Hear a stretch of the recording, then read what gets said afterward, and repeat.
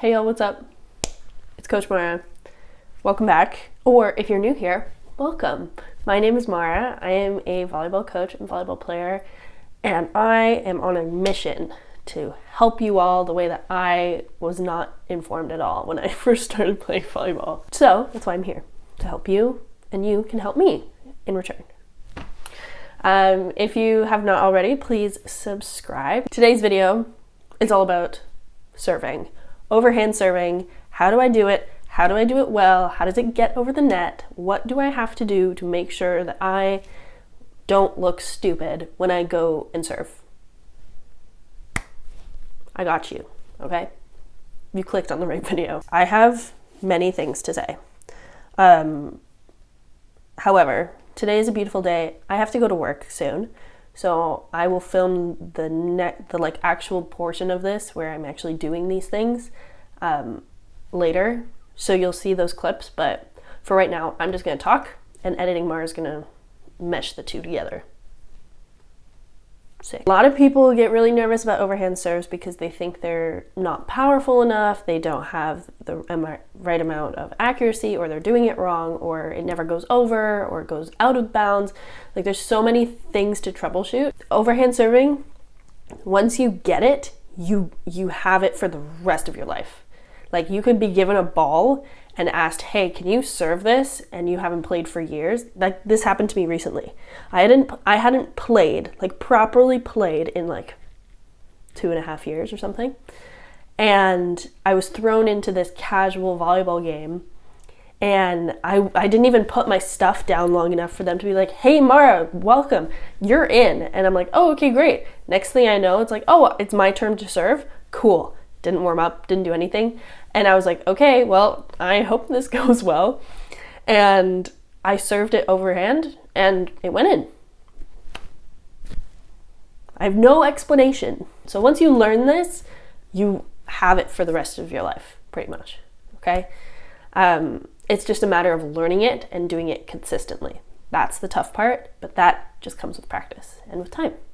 Which is the part that nobody wants to hear, because everyone's like, Mara, I want to do it now. It's like, yeah, me too, but like, we can't do that, sorry. Sorry, girlies, no. But it's okay, you'll get there. I believe in you.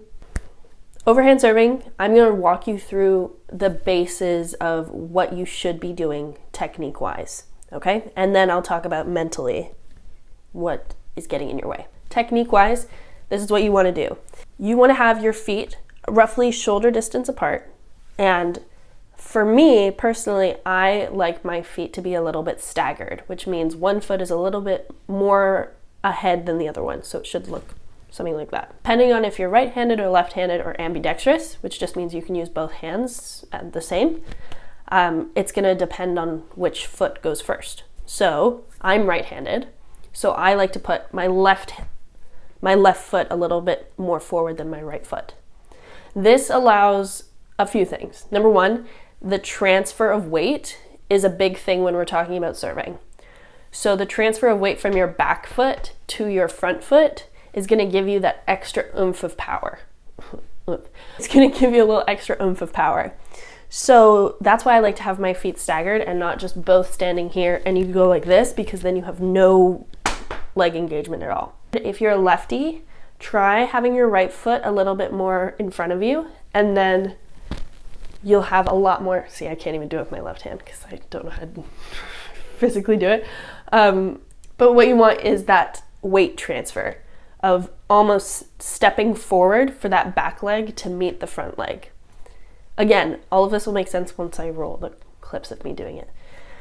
Because right now, me talking about it, it doesn't make a lot of sense. But that's okay. If you're ambidextrous, if both hands, you can write with both hands, or you can do things with both hands pretty easily. Pick a foot to go forward, like the one that's a little more forward than the other one, just based on your comfort level. Like, which hand do you want to serve with? Your right one or your left one? Make a decision, and then choose your foot staggering pattern from there. So that's what your feet are doing. Very important. Next, I want to talk about your upper body. So your upper body is your shoulders and your arms. Man, the shirt makes me feel like I have big muscles, but not really. When you're overhand serving, you want to think of your shoulders and your torso working together. What you want to do is think about your torso and your hips as being like your as your compass, where you want the ball to go. Wherever your hips are pointing, so both hips are facing you right now, this is where I'm going to hit the ball. I'm going to hit the ball at you.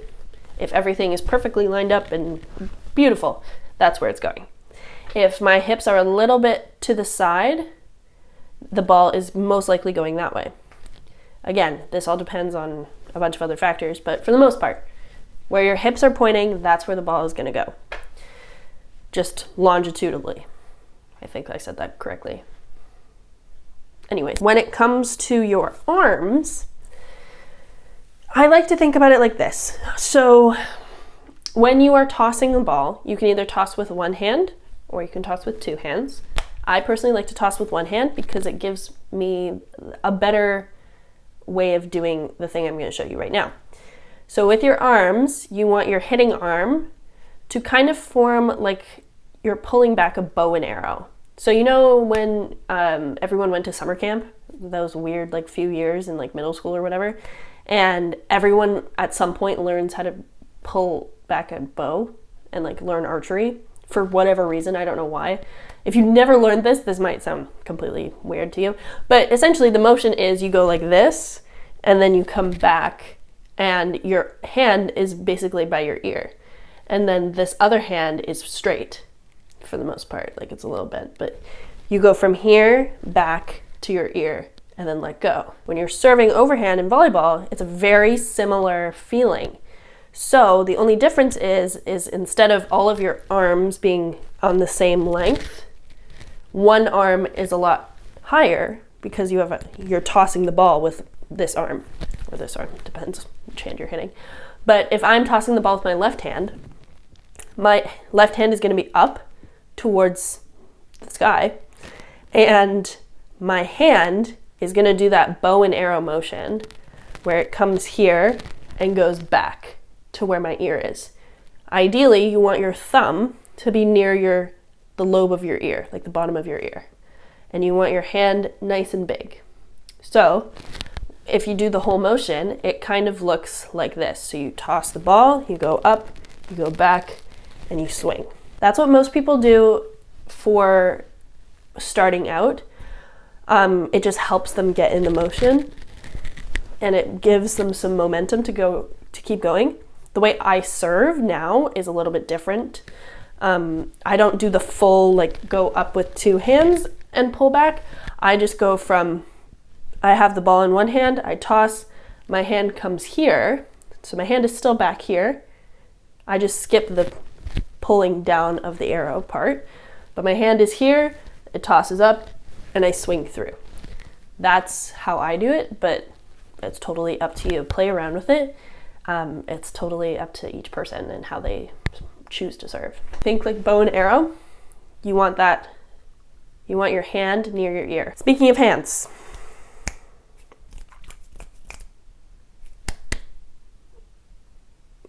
yeah, that hand when it comes back is about to hit that ball. So you need to prepare your hand for hitting the ball as hard as you can, at least starting out. So the best way to start doing that is to make your hand as hard as possible. And what I mean by that is making it very, very stiff. So here's my hand of just normally, like if I was just to hold it up to you and do like a casual high five. But if I were to give you like the hardest high five of my life, like I really wanted to like hurt in a good way. Like I wanted you to feel that high five like 10 minutes from now. I'm gonna firm up my hand. I'm gonna make it super stiff to where all the ligaments kind of stand straight up. Okay? You want this nice and tight. This is gonna give you the most contact on the ball, and this is gonna give you the most power. If you're nice and loosey-goosey, like I was a minute ago, the ball is gonna be really tough to get over the net. So what you want is a nice firm hand. So if I gave you, if you went up to your friend and gave them the hardest high five of your life, that's what your hand should feel like. So that hand is back here. You want it nice and big, nice and wide. Not like crazy, but like nice and wide, take up some space. You want that hand by your ear when you toss the ball up and you hit it like you're giving someone a high five. That's gonna give you the most likely of it getting over. Once you get a little more advanced, you can figure out which one you like. If you want more of a top spin, you go like this at the end. So you follow through the ball, is what you hear a lot. You hit through it. But for just starting out, big hand, nice and hard, go here. Imagine you're hitting your best friend's hand at the top of a triangle. Sorry, I don't know if you can see that. My hand's really tall, but you want it up here. Next thing, when you're hitting the ball, you want that ball to be tossed to a height that you can hit it at your highest point. That's what coaches like to say all the time. You want to hit the ball at your highest point so you have as much power and as much control and as much contact with the ball as possible. What we mean by that is there's a difference for if you serve at your highest point versus not your highest point. So if you serve the ball and you hit it down here, it's gonna be like a shot put. You know, in shot put in track and field, you like hold it right here and you kind of push. That's what it's gonna look like. It's gonna look like this and it's gonna go straight. It's not gonna do a curve. It's gonna be very straight and very difficult to get those over the net. When we say highest point, we're talking not here, and we're not talking back here, because this is not my highest point. I can't hit anything. But if not back here, not down here, but you want it, if you just did, like if I told you right now, touch the ceiling, that's where you want the ball. Okay? Your arm should be going straight up. That's where you want to hit the ball. This is your highest point. So you just come, if you want to figure it out, go from like neutral standing position, just bend your arm and go up. Ow. That's your highest point. That's where you want to hit the ball at. So when it comes to tossing the ball, either with two hands or with one hand, there's a few things you should also know. I know this is a lot of things and it's very technical, but once you figure out all of these little quirks, it's all about practice and all about repetition, and you will get it. Don't worry, just keep working at it. So for tossing, you want that ball to be able to be as high as your highest point, okay? You want it, sorry, I should like kneel down. You want that ball to be at your highest point, up here. So if you toss the ball and it's down here at its high, like it curves up and it doesn't reach that highest point of yours, you're gonna have to go down and up. That's not super helpful. So ideally, you want the ball to be tossed right to your hand. So then you can hit it at its most, at the ball's highest point and at your highest point. Does that make sense? So when a ball curves, it does an arc, right? When you toss something, it makes an arc. The middle point is that highest point that I'm talking about. You want that middle point to be where your hand's highest point is. The best way to do this, to like measure it, is think about how tall you are. So if you are very tall and you have long arms like me, you're gonna need a taller toss, i.e. you need to toss it a bit higher for you in order for you to actually extend your arm fully to get over. If you're a little bit shorter, you don't have to do it as high, but things to keep in mind. When the ball lands, a good rule of thumb, if you will, or a measurement. Remember when I said your feet should be staggered? There should be one foot a little bit more in front of the other. When this foot comes to meet this one, it should be, the toss should come right where your toes are. So for me, if my left foot is staggered, it's a little bit more forward, and my right foot is a little bit behind me, I'm shifting my weight and my right foot is coming to meet my left foot. My toss should be able to come where my right foot is after I've moved, if that makes sense. You don't want it back where your foot originally was, because then you're gonna toss it and the ball's gonna be behind you. Think about it. If you didn't move at all, if you didn't move your feet and you tossed where your backwards foot was, not your frontwards foot, but your backwards foot, you're gonna be off balance. You're gonna be reaching behind you and trying to serve. That's not gonna be good. That's not cute. We don't like it. We're not here for it. So we want that foot, you have to use your imagination, use your smarts, and where that foot is coming to meet your other one, so where it's back here and it's coming to meet this one, those toes, that's where the ball should land, just in front of. That's going to give you the best placement of where the ball should be. I really hope that helped. Last thing about technique, I want you to think about your arm like a windmill. And not like a windmill like a woo, we're at a party. No, more like a motion. So remember, like I said, bow and arrow, down, nice and firm hand. You want this hand to have a windmill-like motion. You want it to go up and around, kind of like a half moon. You don't want it to be a push. We're not playing shot put, okay? No. We don't want to push, and we don't want to, like a huge windmill, super extended, you can't hit anything. It's not going to go over. What you want is that little half moon or a little half windmill-like motion, not a full thing like this. No, you're going to hurt your shoulder. Come here. Ball gets tossed up. Here, I'm going to go down here again. I hope you can see me. But my arm's back here. Ball tosses up, and over. Okay? Nice and simple. So, I am outside right now. My mom is our lovely camera woman today. Thank you, Mom. Hi. They can't see you. But I wanted to show you guys how to actually serve and what I was talking about earlier. So, like I said, you want your feet about shoulder width apart, knees a little bent, and you want your staggered foot. So I like to go left foot forward, right foot back. Again, personal preference, but ideally, in slow motion, you want to toss the ball up and shift your weight forward. So there's some construction going on right now, so I'm gonna not aim that way. I'm gonna aim more this way. But this is what it should ideally look like. Can you see me? Okay. Try not to hit the cat either.